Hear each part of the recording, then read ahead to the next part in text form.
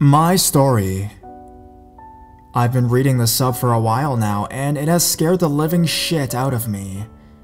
I thought I'd share one of the few encounters I've experienced. This story unfolded over the course of 5 months. I moved to South America to the States in 2011. I grew up in a country consumed by violence, and getting mugged, kidnapped, or being a victim of a house invasion was not uncommon. I always had my senses sharp and was on constant vigilance to avoid becoming another statistic.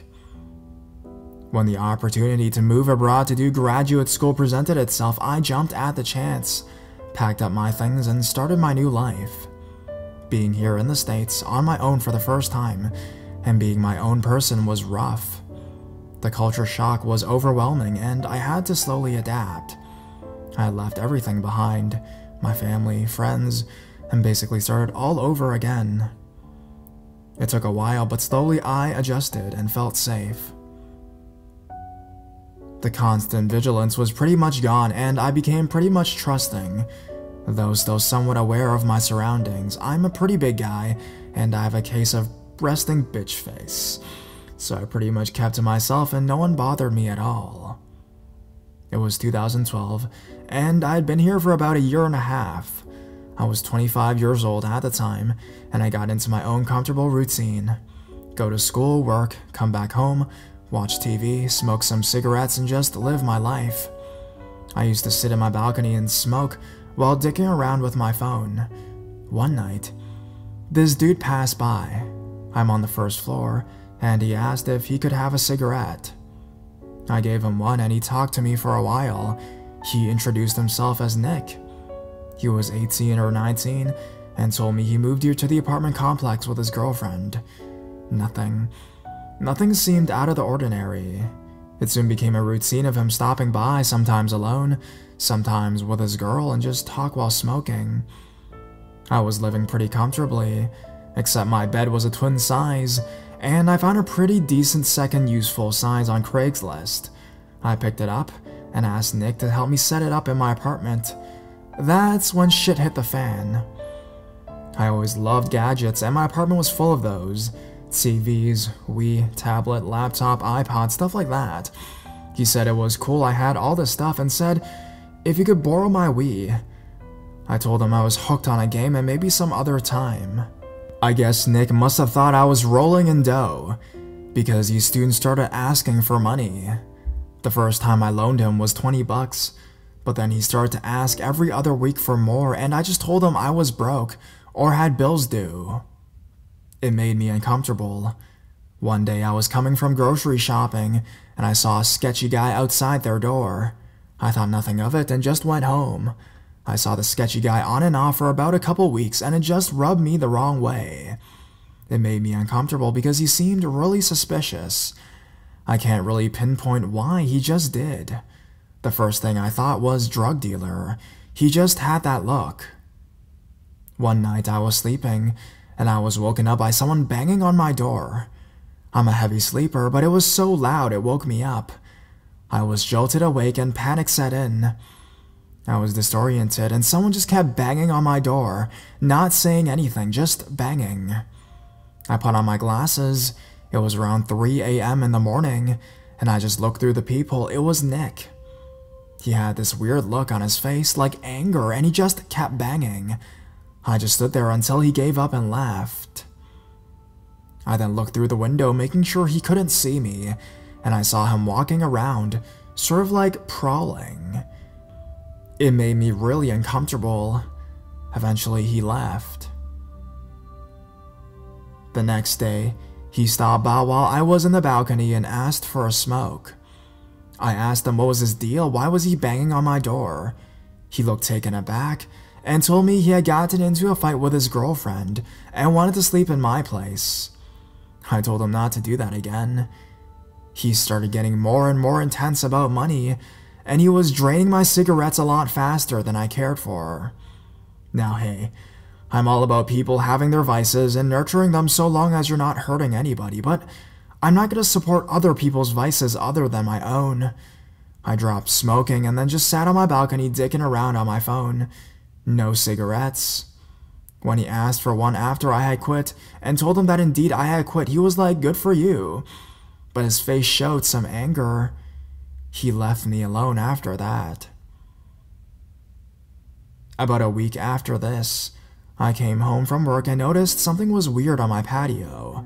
Additionally, I saw Nick with a shopping cart and he had gone grocery shopping. I thought that was weird given that they rarely had money. I didn't pay attention and just went to get into my apartment.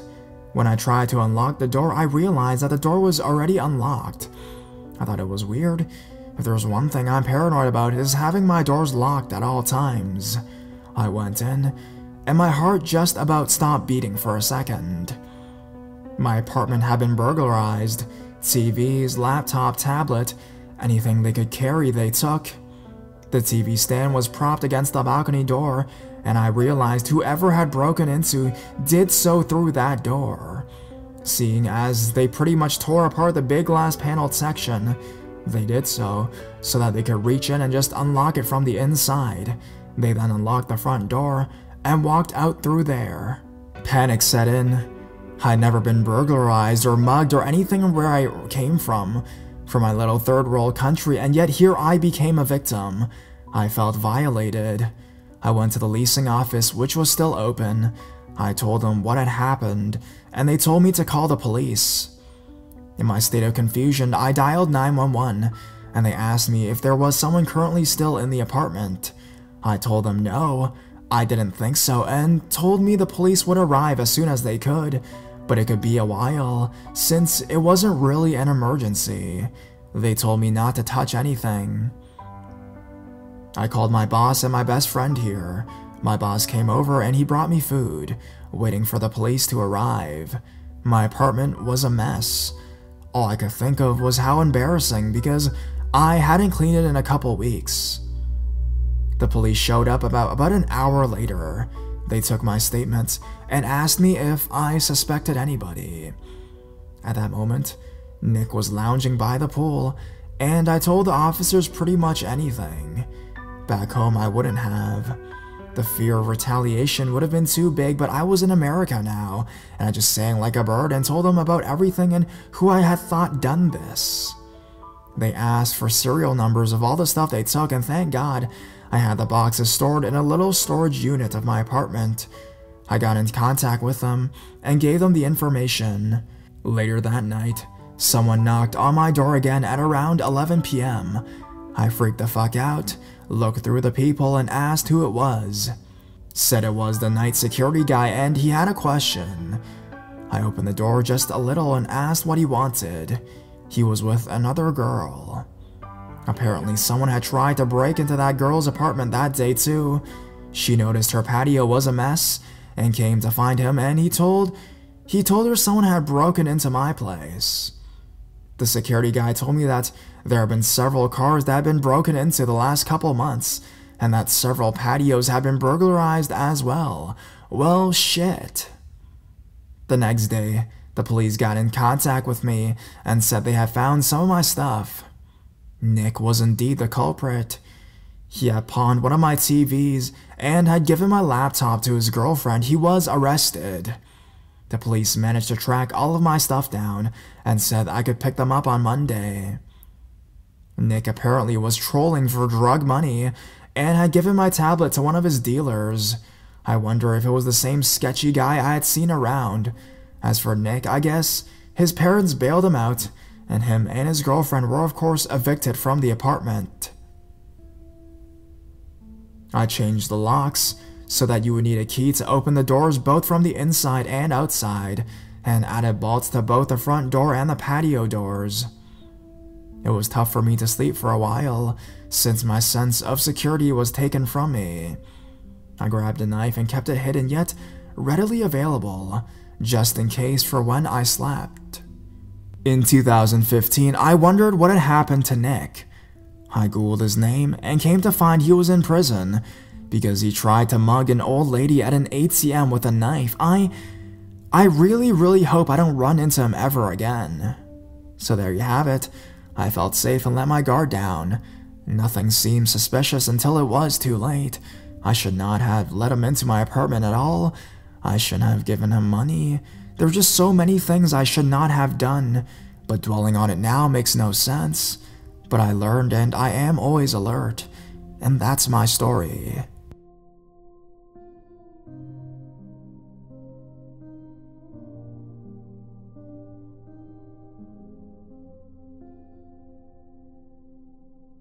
Kind neighbors and the immigrant manservant.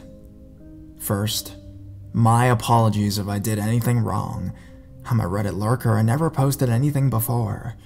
I've also changed a few minor details to keep things vague and private, and hopefully I haven't violated the 5th rule of the subreddit by doing so. Back in the 1980s, I used to live in a smallish city in a developing country where laws might as well have been written on toilet paper. As long as you know the right people and are willing to part with bits of your wallet. The neighboring country was having quite a bit of internal trouble then. So there were a lot of refugees and immigrant workers, some legal, some not. The one I'm talking about here is the latter type. He was a manservant. That sort of thing was affordable to the middle class back then and quite common. To a neighbor of mine, a kindly couple who owned a candy shop. I did not know them well, but I used to pass by their store in the mornings and always said hello, and they smiled back. They also gave out extras when kids bought from them. Their son went to the same school as me. He was a nice boy. We never really talked, but he seemed nice enough, decent looking, well-spoken, bookish, and never did anything really improper as far as anybody knows. The manservant is another matter though. We knew he's an illegal immigrant since he had no papers to speak of, and he couldn't speak a lick of English or the other official language. Mostly he understood the basic commands, go here, wash this, wipe this, and so forth. And he always looked at passing women with his leery, shifty-eyed glance. My mom always asked our neighbors whether they felt safe with him, and how they should get rid of him because they made us nervous. At that time, there were frequent newspaper articles of these immigrants slitting employers' throats in their sleep and making off with their belongings. It's obviously not all of them, but most were certainly decent folk trying to make the best of a shitty situation. But the fact that it happened before, coupled with this guy's creepiness, made us uneasy.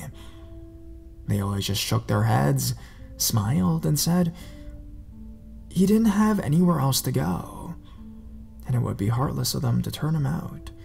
And he stayed there, and kept acting as shifty as he ever did.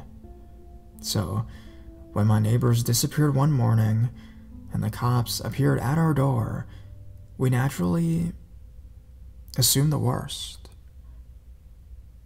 Naturally, that's not what happened. Turns out that our neighbors were in fact alive and well. They were just taken in custody by the police for being primary suspects in the torture and murder of their manservant, whose mutilated corpse was found in the woods nearby a night before.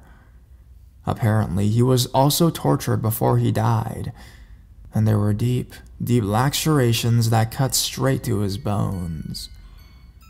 One of the neighbors was found with abrasions consistent with those of gone from a struggling man trying to fight his way out of certain death.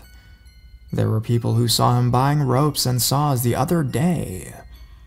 We never knew if they were convicted or found innocent. My parents moved out to an overseas posting soon after that, and they were those ones who knew certain people and had a decent wallet, that they could get away even if they were guilty. They could have been innocent for all I know, and yes, in the intervening years, it would have been easy to find out how that turned out, but I didn't. Perhaps I may have ended up blaming an innocent man, but I didn't want to go back there to that candy shop and see the couple smiling at me like nothing ever happened. There are no online newspapers that I can find, and our local papers, even if you kept them, were certainly not in English. I'm sorry that I can't give you proof, and they may be innocent. I'm just not sure I want to find out, given how the law works in that country. In fact, I'm just kind of nervous posting this on Reddit, even if I've changed enough details and it's been so long, and I'm a citizen of a different country, something like that sticks with you. English is not my first language. Sorry if I made mistakes.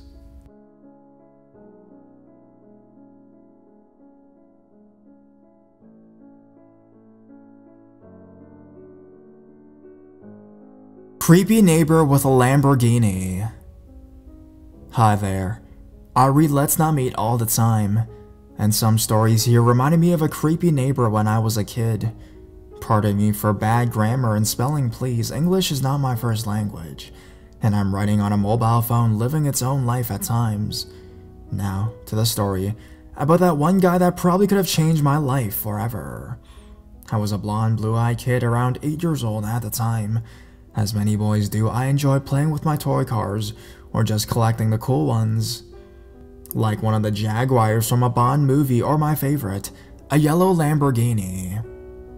We lived in an apartment complex in a capital in Europe, rather poor neighborhood, and everything that comes with it. My mother was a single mother, struggling to make the ends meet, but did everything she could to take care of me and my little brother. I was usually allowed to play outside since we had a little spot in the middle of the complex. Since you need to exit and enter a locked door, we were pretty much safe from the dangers of a big city. But danger sometimes lure from within. The little spot we had was not much to brag about, but the pavement was perfect for my pretense street racing. I have to admit, I let my yellow Lamborghini win every time. One day, our next door neighbor, we lived on the second floor hidden in the corner, initiated contact when I passed by to walk down the stairs to my little racing track. Since he was my neighbor, I was polite and friendly, like any kid would be. My mom taught me that there is bad people out there and to be careful, but he lived next door, so I didn't have my guard up. It was a hot summer evening. I was done playing and was on my way indoors again. Hungry and thirsty as always. Time flies when you're having fun. Then this dude appeared again, asking me if I wanted to check out his toy cars. Of course I wanted to, so I went inside and there it was, a red Lamborghini much larger than mine. He let me play with it and made me some lemonade. I remember that this guy seemed very friendly and seemed genuinely interested in me as a person. He talked about his kids and that he missed them. I never saw anyone at his place, so I thought he just didn't have a good relationship with our mother. Having no father figure of my own, I guess that also played a part in how I was becoming so trusting for this stranger. Anyways, this happened a couple times until my mom asked me where I was, since she couldn't find me when she went outside looking for me. When I told her I had been in our neighbor's apartment, I could see her face turn into a grimace of fear and anxiety. She forbid me to talk to him again. I fought for him as I liked him. He let me play with his cars and gave me foods, drinks, and whatnot. But Mom would not have any of it, and that was that. I never went to his place again, and after a year or so, it would be the last time he would ever have any impact on our lives.